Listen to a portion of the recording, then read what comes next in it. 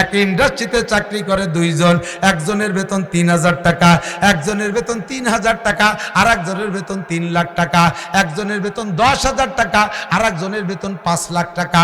এক ইন্ডাস্ট্রিতে দুইজন চাকরিজীবী এরকম হতে পারে কি পারে না? ওই ইন্ডাস্ট্রিজের চিফ ইঞ্জিনিয়ার যিনি, তার বেতন 5 লক্ষ টাকা। ওই সমস্ত মালের মডেল দেয় সে, মাল যাচাই বাছাই করে সে, বেতন তার 5 লক্ষ টাকা। আর ওই জায়গায় কাম করে আর একজন, সে ডিউটি করে সকাল 8টা থেকে রাত 8টা পর্যন্ত, একটানা 12 ঘন্টা, সারাটা দিন পরিশ্রম করে, খাবারেরও সুযোগ পায় না। কোম্পানিটা হলো উড়োজাহাজ মার্কা আলকাতরা।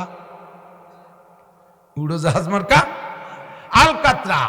যিনি সকাল 8টা থেকে রাত 8টা পর্যন্ত ডিউটি করে, উনি আলকাতরা বহনকারী কুলি। সারাদিন ওই আলকাতরা টিন লোড আনলোড, খালিগুলো ভিতরে নেয়, ভিতরের থেকে ভরাগুলো নিয়ে গোডাউনে রাখে অথবা ট্রাকজাত করে। কোন ফাঁকে যেন ফুটো টিন একটা মাথায় আসছে, চেরায় পড়িয়ে সারা গা কালি কালি হয়ে গেছে। লোকটা এমন মোটা বুড়িয়ালা, রাতের বেলা বাসায় গেছে, বউতি বুঝতে পারতেছে না, স্বামী আইছে না একটা আলকাতরার বেড়ে লাইছে, নিজেও কালা আবার গায়ে মাখাইছে আলকাতরা। তাহলে চেহারা কেমন হয়? বেতন উনার 10,000 টাকা। কত? 10,000 টাকা। ডিউটি করে ডেলি 12 ঘন্টা। ওই কোম্পানিতে চাকরি করে আর এক ভদ্রলোক, সর কোম্পানির পক্ষ থেকে এসি গাড়ি, এসি বাড়ি, তার টয়লেট বাথরুম পর্যন্ত এসি, অফিস আদালত এসি, গাড়ির ভিতরে এসি, কোনো জায়গা তার অশান্তি নাই। রুমে, অফিস রুমে যাইয়া গাড়ি কান পার্কিং এ রাইকা অফিসে যাইয়া হুইল চেয়ারে বসে কিছুক্ষণ জিম ধরে থাকে, হাজিরে খাতায় দস্তখত কইরা। এরপরে পিয়ন যারা আছে, খাদেম যারা আছে, চা নাস্তা দেয়, খাওয়াই দাওয়া, চলো যাই একটু ইন্ডাস্ট্রি ঘুরিয়ে দেখে আসি। সপ্তাহে একদিন ইন্ডাস্ট্রি যে ঘুরিয়ে দেখে, জিম ধরে বসে থেকে হাজিরে খাতায় সই কইরা মাসের 1 তারিখে, 4 সপ্তাহে 4 দিন ডিউটি করে, মাসের 1 তারিখে তার 5 লক্ষ টাকা বেতন। 5 লক্ষ টাকা বেতন। ও বন্ধুরে, এই লোকটা শুধু হাজিরে খাতায় সই দিয়ে 5 লক্ষ টাকা বেতন। আর ওই লোকটা সকাল 8টা থেকে রাত 8টা পর্যন্ত মুটিয়ে গিরি করে বোঝা বহন কইরা বেতন পায় মাত্র 10 লক্ষ টাকা, 10,000 টাকা। পার্থক্য কোন জায়গায়? পার্থক্য হলো ইনি বাংলাদেশের সব লেখাপড়া শেষ কইরা বাপের কাছ থেকে লাস্টে 20 লক্ষ টাকা নেছে 2 বিঘে জমি বিক্রি কইরা। এরপরে ইটালি যাইয়া সে জায়গা যে আলকাতরার উপরে লেখাপড়া শিখে বিশেষজ্ঞ হইয়া বাংলাদেশে পা দেওয়ার সঙ্গে সঙ্গে সমস্ত আলকাতরা কোম্পানিরা কাড়াকাড়ি লেগে গেছে। এই বড় বল মাস্টারে কে ধরবো, এই বড় পাঙ্গাস্টারে কে ধরবো? এক কোম্পানি 5 লাখ টাকা দিয়ে নিয়ে গেছে, আর এক কোম্পানি 6 লাখ টাকার অফার দিতে তালে আছে। আর যিনি সকাল 8টা থেকে রাত 8টা পর্যন্ত ডিউটি করে, কুলিগিরি করে, তিনি লেখাপড়া জানে 2.5 পাস, ব কলমে বুতা, লেখাপড়া কিছু জানে না, তাড়াতাড়ি কামাই করার জন্য ব্যস্ত হয়ে গেছে। যার কারণে জীবন ভরে 10,000 টাকা কামাই করবা, বিদেশে গেলি মোটা টাকা, বিদেশিদের খবর জানো না। আমি সৌদি আরবে 5 বার গিয়েছি, পুরো সৌদি আরবে সব ডিস্ট্রিক্টে আল্লাহ পাক আমারে ঘুরাইছে। কত যে সৌদি আরবে 2 বছর থাকাওয়ালা, যারা 2 বছর আগে থেকে সে জায়গা থাকে, আমি তাদের আমার সাথে দেখা করতে আসছে, আইসা যা আসবে কানে কানে কয়, হুজুর 10টা রিয়াল দেন, বাসায় যাওয়ার টাকা নাই। কিভাবে যে কষ্টের সাথে জীবনযাপন করতেছি, রৌদ্রের ভিতরে, খরার ভিতরে উর্দুম্বা গুড়া গাদা চড়ায়, ড্রেন পরিষ্কার করে, পায়খানা সাফ করে, এত কিছু করে টাকা কামাই। ওই লিবিয়া থেকে ট্রলারে করে তারপরে ইটালি আর ফ্রান্সের দিকে পাড়ি দেয়। হাজার হাজার যুবক সাগরের মধ্যে মাছের আদার হইয়া যাইতেছে। অত সহজে তোমার জন্য বিটারা বস্তা ভরিয়ে টাকা নিয়ে বসে নাই, তার চাইতে সহজে টাকা কামাই করা যায় বাংলাদেশে বসে। কথা বলেন ঠিক কি ঠিক না? মন দিয়ে করো সবে বিদ্যা উপার্জন, সকল দানের চেয়ে বিদ্যা মহাদান। আমি আমার মাদ্রাসার ছাত্রদেরকে বলে থাকি, একটু হাফেজ হইয়া এরপরে ইনকামের জন্য নেমে যায়। হাফেজ টু গতি হতে দাড়ি দুড়ি হয়ে গেছে, শেষে ভাইয়ের শ্বশুর বাড়ি কতদিন যাবো, ঘরের শ্বশুর বাড়ি যে ডিম খাইয়ে বসায় না, মা ওই 5 শিয়ালটিরে ডিম দেয়, ভাইরে দেয় বড় বড় ডিম, আমারে দেয় ছোট কয়টা। নিজের শ্বশুর বাড়ি যে ডিম খার লোভ হয়েছে। শুধু একটু হাফেজ পাস, একটু কুরআন শরীফ পাস, না বেবির হিদায়াত 4-5 জামাত পড়ছে, এর মধ্যে উনার পুলক চাচ্ছে শ্বশুর বাড়ি যে ডিম খাবে। তাহলে ডিম খাতে হলে কামাই করা লাগবে। মসজিদ ইমামতি 3,000, 4,000, 5,000 টাকা বেতন, দেখেছি যথেষ্ট টাকা, এত টাকা রাখবো কোথায়? বেটা একা চলতি 5,000 টাকা রাখার জায়গা পাবি না, বিয়ে খালি করিয়ে দেখ। আমার মা বলতেন বউ পালার হাতি পালার সমান, মারা বলে মা বলতেন। আর এখন একটা বউ পালার 5টা হাতি পালা সমান। সোনো ক্রিম কিনতে যে তোর পাছার কাপড় থাকবে না। জানিস প্রসাধনীর ভাব কি? আর মহিলাদেরকে যদি বাজার ছিনিয়ে দিতে পারো তাহলে তোমার কেনার অপেক্ষা তারা করবে না। সাবধান, জিন্দেগিতে কেউ বউকে দিয়ে বাজার করাবেন না। যদি একবার আপনার বউরে দিয়ে আপনি মার্কেট করার সুযোগ দেন, জীবনে আর আপনার কিনে দিয়ে কাপড় সে চয়েস করবে না। আপনার তো এখন বাজারের একটা নেশা হয়ে গেছে, বাজার বড় একটা নেশার জায়গা। পুরুষরা যারা বাজারে বেশি আসে দেখবেন মসজিদি মোটে 2 মিনিট থাকতে যায় না, খালি বাজারের দোকান, খালি বাজারের দোকান। চার দোকানের চেহারা কি? চার দোকান যদি কাদা কিচেড়ালা বর্ষাকালের দিন হয়, চার দোকানের যে কোয়ালিটি বাংলাদেশের আমাদের লোকাল চার দোকান, নিচে কেসই মাটি বিড়বিড় করতেছে, তার মধ্যে বিড়ির পাশা হাজার হাজার, তার মধ্যে পানের পিক, পান খাওয়ালার আবার কাশ ফেলাইছে, সে কাশ আবার দোয়াশলা কাশ, কিছু আদা সাদা আদা লাল, এই কাশ। এর ভিতরে স্যান্ডেল পাই দিয়ে বসে রয়েছে, কিছু ভিতর দিয়ে উঠে আঙ্গুলির সাথে পেঁচাই গেছে। তারপরও টেলিভিশনে দেখ নেইমার আর মেসি হা করে চাই রয়েছে, ঠিক না? মশায় কামড়ায় ভাষা লাল করে বেলাচ্ছে। মসজিদের ভিতরে আসি, সে জায়গা মশা নাই, কয়েল দিয়ে আছে, সে জায়গা মোটে মন টেকেই না, বাজারমুখী। মহিলারাও যারা বাজার করা অভ্যস্ত হয়ে গেছে, তাদেরকে আর কোনোদিন আপনি কাপড় কিনে দিয়ে খুশি করতে পারবেন না। আপনি এখানে আনিয়ে দেবেন শাড়ি, বেশকি মারি পড়বে, কয় টাকা নেছে, আপনি কোন 5,000 টাকা, আমি গেলি 1,500 টাকা আনতে পারি। এটাও মিথ্যে কথা না। তুমি গেলি 1,500 না, তুমি কিছুক্ষণ থাকলে তো তোমার ভিডিও দিতে পারে, এটা অবান্তর কিছু না। জিন্দেগিতে কোনোদিন মহিলাদেরকে বাজার চিনাবে না, বাজার চিনাইলে এই মহিলারা খুশি করতে পারবে না। সাবধান যুবকের দিক তাকাও, চলে আসো জায়গা মতো। আল্লাহু আকবার। এই বুড়ো মসজিদের ভিতরে ভালো লাগে না, বাজারই তার ভালো লাগে, মহিলাদেরও বাজার ভালো লাগে, এই মহিলাদেরকে বাজার চিনানো যাবে না। আল্লাহু আকবার। চলে আসো বন্ধুরে, তুমি এবার কেমন জীবন যাপন করতেছো? শিক্ষিত মানুষ তুমি 10,000 টাকা, অশিক্ষিত মানুষ 10,000 টাকা বেতন পাও, বউ পালার টাকা হবে না। আমার মাদ্রাসার ছাত্ররা 4-5 হাজার টাকা কামাই করে বউ পালবি, পালিয়ে দেখিস কিরম লাগে, পালিয়ে দেখিস। আর জেনারেল পাবলিকই তো ছেলে মেয়ে কম, একটা অথবা 1.5টা অথবা 2 আর 1.5 হয় আর কি। ওর সময় পঙ্গু হয়েছে, ঠ্যাং একখান হইনি, হাত একখান হইনি, এই সাইড ধরি হইনি, এলো আর দেখার একটা পুরো হয়েছে। আর মৌলবীরা আল্লাহর রহমতের ডাক্তার কবিরাজ চেন না, তোমাকে প্রোটেকশন ভালো, প্রত্যেক বছরে বছরে একটা, কোনো বছর 2টিও হয়। আমাকে ওই পাশের এক মুফতি সাহেবের 13টা মারা গেছে আর 17টা বাইসি আছে।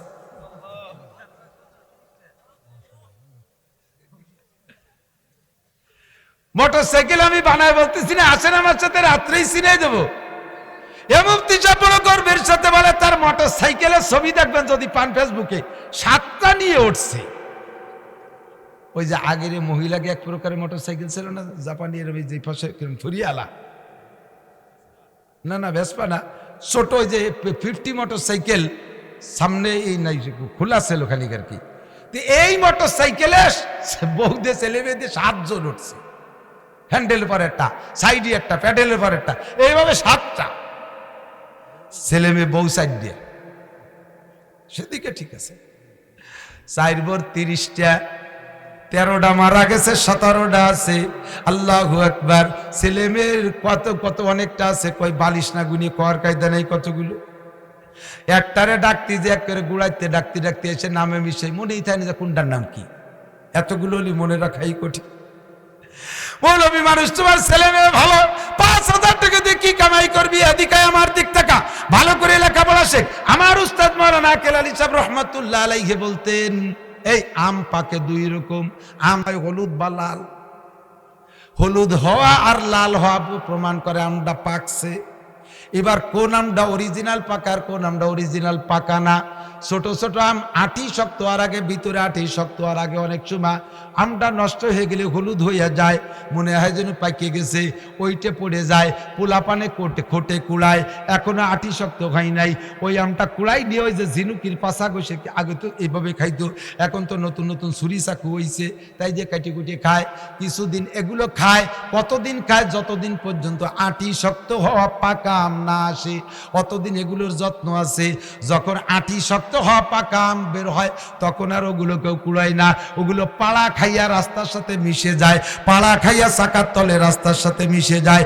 ওই আটি শক্ত হওয়ার আগে যদি কোনো আম পাইকা যায়, কালার হইয়া যায়, ওই আম কোনোদিন দুধের সাথে মিশতে পারে না, ওই আম দেখেও দুধ ভাত খায় না। কথা কোন ঠিক কি ঠিক না? দুধের সাথে মিশতে হলে আটি শক্ত হইয়া পাকা লাগবে, দুধের সাথে মিশতে হলে আটি শক্ত হয়ে পাকা লাগবে। এবার 12টা আম আছে এক গাছে, ওই আম 12টা মোটামুটি একটু আটি শক্ত হইয়া হলুদ হয়ে উঠছে। পোলা পানে কুটা নিয়ে আসছে, কুঞ্চি নিয়ে আসছে, আমগুলো পাড়বে। মা সিগনাল দিয়েছে, সাবধান, মাত্র 12টা আম, এবছর দেশে কুয়াশা বেশি, আম বেশি হই নেই, মাত্র 12টা আম। একক তো কোনো মতে দুধের সাথে মিশানো যায় নাকি? যত্ন সহকারে নেট দে জাল দে পাইরা আম কয়টারে সারে কিভাবে? কুলার মধ্যে মাইটে, কুলার ভিতরে তুষ দিয়া, তার ভিতরে আমরাইকা, এর মধ্যে সিরা খেতা পুরন বালিশ, এরপরে পুরন ল্যাপ দিয়া মুখটারে সুন্দর করে বাঁধে তুইয়া টাইট দিয়ে দিছে।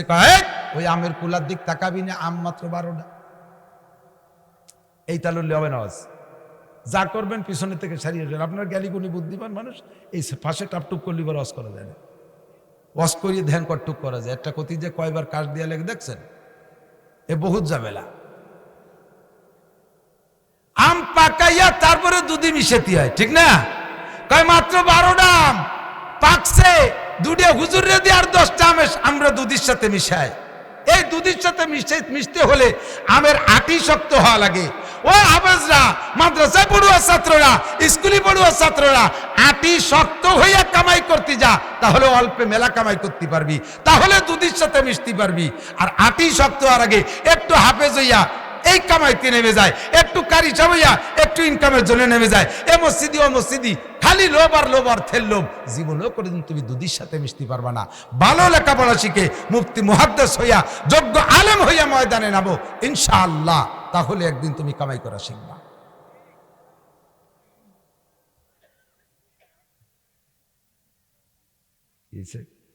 এক মাঠে 2বার সসলিপ মাঠ নষ্ট হয়ে যায়। যে মিজানুর রহমান ফরিদি যে জায়গা চাষ দিয়েছে, সেই মাঠে আর মাটি থাকে, ও শূন্য ডাঙ্গাইতে বল মাছ ধরে নিয়ে আসে, আর আমারে পদ্মায় ছেড়ে দিলাম, একটা সেলা পাইলে। মাহফিল মিলেবেন, মানুষটা কিছু হিদায়তি কথা শুনোর জন্য। এত লোভ যদি এই জায়গাতে করেন, তাহলে কিন্তু জিন্দগিতে মাহফিলি থেকে মানুষের হিদায়ত পায় না। মাহফিলটা যদি ইনকাম সোর্স হয়, মাহফিলটা যদি বিনোদন হয়, তাহলে সেটা ভিন্ন কথা। মানুষ আসছে কিছু হিদায়তি কথা শোনার জন্য। প্রত্যেকটা মাহফিলে কালেকশন দিয়েন না, আমাকে টাকা দিয়েন না, জান আসবো না, সেরাত তাবলীগ করে বেড়াবো। প্রত্যেকটা মাহফিলে যাইয়া সবাই খালি লোভ। মানুষ বেশি দেখলে যখন বক্তার ওয়াজে জমে যায়, হুজুর একটু কালেকশন করে দেন। কত টাকার দরকার? আপনারা স্থানীয় রোদে মাদ্রাসা করবেন। আমার মাঠে 20,000 মানুষ ছিল, জজ দেখে আসছে, আমার মাঠ ফুল মাঠ ভরা, আমি 1 টাকাও কালেকশন করিনি। আসছে আল্লাহর বান্দারা ওয়াজ শুনি যা পেট ভরিয়ে। তাওয়াক্কুল করেন আল্লাহর পর, আল্লাহ পাক লোক তৈরি করে দেবে। আর এই মাহফিল থেকে যদি খালি কালেকশনই মাকসাদ করেন, তাহলে কোনোদিন হবে না। আল্লাহ হেফাজত করুক। সবাই থেকে একজন রাখতে হয় কালেকশনের জন্য, সে কালেকশন করছে। আমি পারিও না, আমি ফরম হয়ে লিখে দিছি কালেকশন পারি না, এর জন্য বিকল্প ব্যবস্থা রাখবেন। তাও জানাই দিছি কারে, শিখাই দিছি মৌলানা মিজানুর রহমান ফরিদি। আল্লাহ তারে জবান দিছে, তার কালেকশনের বরকত আছে। আর আব্দুর রব ফরিদি, এই দুইজনের গোল্ডেন এ প্লাস। আর আমি ফেল প্লাস ফেল, এ জগৎ আমি কিচ্ছু পারি না। আমার এতে ওয়াজের জন্য আনলে আনবেন, নইলে দরকার নেই। আল্লাহ পাক হেফাজত করুক, আমিন। তাহলে শিক্ষা, আল্লাহ পাক রব্বুল আলামিন বলেন, ইয়ারফাইল্লাহুল্লাযীনা আমানু মিনকুম ওয়াল্লাযীনা উতুল ইলমা দারাজাত। হে দুনিয়ার মানুষ, ইয়ারফাইল্লাহুল্লাযীনা আমানু মিনকুম, তোমাদের মধ্যে যারা ঈমানদার, তাদের মর্যাদা আল্লাহর কাছে অনেক বেশি, তারা সম্মানী, তারা মর্যাদাশীল। ইয়ারফাইল্লাহুল্লাযীনা আমানু, যদি কোনো ব্যক্তি, এ দোস্ত আমার দিক তাকান, আমেরিকার প্রেসিডেন্ট যদি বেঈমান হয়, আর আমার বাংলাদেশের একজন ফকির যদি ইমানদার হয়, জাপানের প্রেসিডেন্ট বেঈমান, আমার বাংলাদেশের একজন ফকির ইমানদার, ওই কি বলা হয়, রাশিয়ার প্রেসিডেন্ট বেঈমান, আমার বাংলাদেশের একজন ফকির ইমানদার। সারা দুনিয়ার সমস্ত বেঈমান প্রেসিডেন্ট আর প্রধানমন্ত্রীকে এক পাল্লায় রাখলে, একজন ইমানদার ফকিরকে আরেক পাল্লায় রাখলে আল্লাহ পাকের কাছে এই ইমানদারের পাল্লা ভারী হইয়া যায়। সারা দুনিয়ার সমস্ত বেঈমান প্রেসিডেন্ট রাজা বাচ্চাদের আল্লাহর কাছে একটা পয়সারও দাম নাই, একটা পয়সারও দাম নাই। আল্লাহু আকবার। দাঁড়াও সেকেন্ডার সে ও মর্দে ফকিরৌলা जिसकी फकीरी में बुए আসাদুল্লাহ है, जिसकी फकीरी में बुए আসাদুল্লাহ है। বড় বড় রাজা বাচ্চাদের চাইতে ওই ফকির আল্লাহর কাছে দামি, যেই ফকিরের ব্যাগের থেকে, যেই ফকিরের ফকিরি ঝুলা থেকে আল্লাহ আল্লাহ জিকিরের গন্ধ আসে, আল্লাহ আল্লাহ জিকির বের হয়, ওই ফকির আল্লাহর কাছে দামি। কথা বলেন ঠিক কি ঠিক না? আর আল্লাহ বলেন ওয়াল্লাযীনা উতুল ইলমা দারাজাত, যাদেরকে আল্লাহ ইলম দান করেছে তাদের সম্মান সবচাইতে বেশি। জাননেওয়ালা ওয়াজান না জাননেওয়ালা জীবনে সমান হইতে পারে না। জাননেওয়ালা মানুষের নামাজ আর না মূর্খ মানুষের নামাজ কোনোদিনও একরকম হতে পারে না। জাননেওয়ালা মানুষের হজ না জাননেওয়ালা মানুষের হজ একরকম হইতে পারে না। জাননেওয়ালা মানুষের তিলাওয়াত আর মূর্খ মানুষ যেটুক পড়ে তার পড়া কোনোদিনও একরকম হইতে পারে না। সাধারণ পাবলিক যারা আমরা নামাজ কালাম পড়ি, আমি এর ভিতরে ইন্টারভিউ নিলে 99% পাবলিক যারা মাদ্রাসায় কোনোদিন পড়েন নাই, তাদের কোরআন শরীফ পড়া সূরা ফাতিহা যা পড়তেছেন তাতে নামাজ হচ্ছে না, নামাজ হচ্ছে না। ঠিক বলবেন কিন্তু আবার জায়গা মতো হাত দেবেন না। ওই স্কুলের ছেলে, ও কলেজের যুবক, পড়ো, তুমি বড় বড় শিক্ষিত হও, বড় অফিসার হও, পড়ো, জেনারেল পড়ো। আমি তো আগে উৎসাহিত করছি, তুই ডাক্তার হ, ইঞ্জিনিয়ার হ, বিজ্ঞানী হ, কিছু আবিষ্কার কর। বাংলাদেশে কিছু দেখা, কিছুই তো বানায় দেখাতে পারো না। যাতে দেয় তাতেই 14 নম্বরের, 1 নম্বর হতে পারে না। দিসি বিদেশে একটু খেলতি, সে জায়গায় চাইরি বেরি চলে আসে। কোনদিন বিশ্বকাপ তো দূরের কথা, একটা বাঙ্গা চার কাপ আনতে পারলো না। ঠিক কিনা? আল্লাহর রহমতে আমার মাদ্রাসার ছাত্ররা বিশ্ব চ্যাম্পিয়ন, প্রমাণ আছে না নাই? আপনাদের জানা আছে না নাই? সারা পৃথিবীতে চ্যাম্পিয়ন কারা? মাদ্রাসার ছাত্ররা, মাদ্রাসার আলেমরা। বরঞ্চ বাংলাদেশ আরো কত দিক দিয়ে জানেন? সারা পৃথিবীর মুহাদ্দিসদের প্রতিযোগিতায় বাংলাদেশের হযরত মাওলানা আব্দুল মালিক সাহেব সারা বিশ্বের ভিতরে 1 নাম্বার, সারা পৃথিবীর মধ্যে 1 নাম্বার। হযরত মাওলানা আব্দুল মালিক সাহেব একটু একটা মানুষ, যাতে দেবেন তাতেই 1 নাম্বার। এই মাদ্রাসার পোলা কটারে যদি আমরা তো ক্রিকেট মিরকেট এই ফুটবল খেলতে দেই না, যদি আমরা খেলতে দিতাম তাহলে ইনশাআল্লাহ বাংলাদেশের একটা টিম, মাদ্রাসার একটা প্লেয়ারের টিম বিশ্বকাপে চান্স পাইতো। আমার মাদ্রাসার পোলাপান মাঝে মাঝে পলাই পলাই খেলতে যেতে, এখন পুরো কড়া দিছে।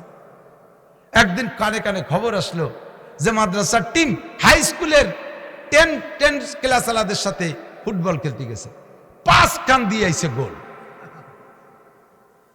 এরা জীবনেও খেলে না, এরা কোনোদিন খেলে না। হয়তো মাদ্রাসার মাঠের মধ্যে ফুটবল খেলার জায়গা নাই, তাও যাইয়ে সেই খেলা লাগে 5 খান দিয়েছে গোল। ক্রিকেট খেলতে যাইয়া 50 কি যেন করে রান, 50 রানে পিছিয়ে ফেলাই দিছে। এগে যে জায়গা দিয়ে হবে ইনশাল্লাহ 1 নম্বর হবে। তুমি 1 নম্বর হও, কিছু বানাও। বাংলাদেশে সায়েন্স বিজ্ঞান পড়ায় সরকারের রাজস্ব আয়ের 75% 75 টাকা, শতকরা 75 টাকা খরচ হয় জেনারেল শিক্ষা খাতে আর প্রশাসনিক খাতে, আর 25% আমরা পাবলিকরা ভাগ পাই। তার মধ্যে আমরা কওমি মৌলবীরা সাইডে নাও পাই না। আপনারা সবাই মিলে পার মধ্যে পাই। সরকার রাস্তা বানাই দিচ্ছে, তাই দিয়ে আটি, কারেন্টের বিল দিয়ে একটু খাই, এই একটু পাই। আর আমাকে কওমি হুজুরের জন্য কোনো বাজেট বরাদ্দ নাই। তো 75% জাগে দেশে, 75% তারাও কিছু দেখাতে পারে না। 25% দিয়েছি কৃষক মির্ষককে সবাই রে, তারাও কিছু দেখাতে পারে না। লাস্ট ফিনিশিং সরকার বলতে বাধ্য হয়েছে 2023 সালে দুর্ভিক্ষ হবে, দেশের মানুষ না খেয়ে মরবে। তাহলে কি আর দিন পর্যন্ত কি করলি এটা কি যে দুর্ভিক্ষ আসবে? কথা কন না কেন? আল্লাহু আকবার।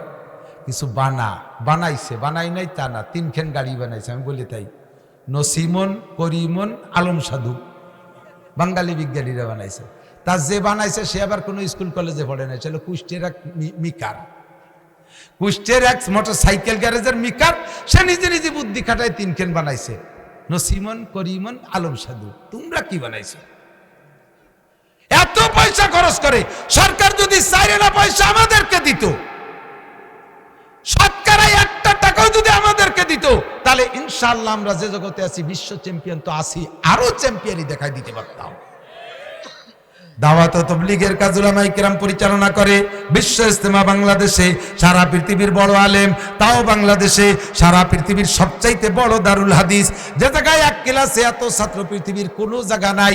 এক ক্লাসে মৌলানার ক্লাসে ছাত্র, এত ছাত্র মক্কায়ও নাই, মদিনায়ও নাই, আল আজহার বিশ্ববিদ্যালয় নাই, মদিনা ভার্সিটিতেও নাই, উম্মুল কুরা বিশ্ববিদ্যালয় নাই। একমাত্র হাটাজারি মাদ্রাসায় সারা পৃথিবীর ভিতরে সবচাইতে বড় দারুল হাদিস, এক ক্লাসে ৩৫০০। ও বন্ধুরে, চলে আসো, লেখাপড়া করো, মন দিয়ে করো সবে বিদ্যা উপার্জন, সকল ধনের চেয়ে বিদ্যা মহাদান। শিক্ষিত মানুষ আর অশিক্ষিত মানুষ কোনোদিন সমান হতে পারে না। লেখাপড়া করো, স্কুল কলেজ ইউনিভার্সিটিতে পড়ো, ফাঁকে ফাঁকে আল্লাহর কোরআন শেখো। আমি 2013 সালে হজে যাওয়ার আগে একটা জামাত নিয়ে গিয়েছিলাম তবলিগে, কিশোরগঞ্জ গিয়েছিলাম, পাকুন্দে থানায়। আমার জামাতে ছিল 20 জন। এই 20 জনের ভিতরে 12 জন ছিল স্টুডেন্ট, এই 12 জন হাই স্কুল এবং কলেজের ছাত্র। আমরা 4 জন ছিলাম আলেম। এই 12 জন রে আর কয়েকজন ছিল বুড়ো, 4 জন ছিল বুড়ো। 4 বুড়ো রে মোটামুটি জের জবর পেশা জজম তাসদিদ শিখাই ফেলাইছিলাম। আর একটা চিল্লা থাকলে মোটামুটি কোরআন শরীফ পড়া শিখাই দিতে পারতাম।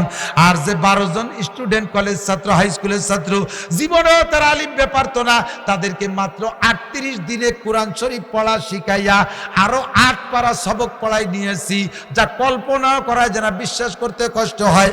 আমি নিজেই তাদের উস্তাদ ছিলাম। আমি 8 পারা সবক পড়াই নিয়েছি 12 জনের সাথে নিয়া।